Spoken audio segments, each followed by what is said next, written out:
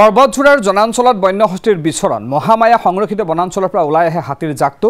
অমৃত সৰোবৰ পুখুৰীৰ পাৰত অৱস্থান কৰে বন্যহস্তীৰ জাকটোৱে দুটা সৌৰ শক্তিৰ লাইট ভাঙি তছনছ কৰে হাতীয়ে আৰু বনকৰ্মীৰ দলে বনাঞ্চললৈ খেদি পঠিয়াই বন্যহস্তীৰ জাকটোক স্থানীয় ৰাইজে বন্যহস্তীৰ জাকটোক দিছে খাদ্য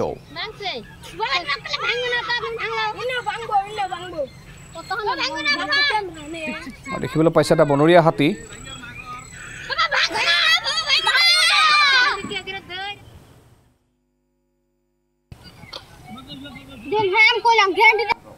এই দৃশ্য পৰ্বতঝোৰাৰ জনাঞ্চলত এই ধৰণে বিচৰণ কৰিছে এটা বনৰীয়া হাতীয়ে মহামায়া সংৰক্ষিত বনাঞ্চলৰ পৰা ওলাই আহে হাতীৰ এটা জাকটোৰ পৰা বিচ্ছিন্ন হৈ এটা হাতীয়ে এই ধৰণে বিচৰণ কৰিছে জনাঞ্চলত অমৃত সৰোবৰ পুখুৰীৰ পাৰত অৱস্থান কৰিছে বন্যহস্তীৰ জাকটোৱে দুটা সৌৰ শক্তিৰ লাইট ভাঙিও তছনছ কৰে হাতীয়ে বনকৰ্মীৰ দলে বনাঞ্চললৈ খেদি পঠিয়াই বন্যহস্তীৰ জাকটো স্থানীয় ৰাইজে বন্যহস্তীৰ জাকটোক খাদ্যও দিয়ে বিচৰণ কৰি থকাৰ সময়ত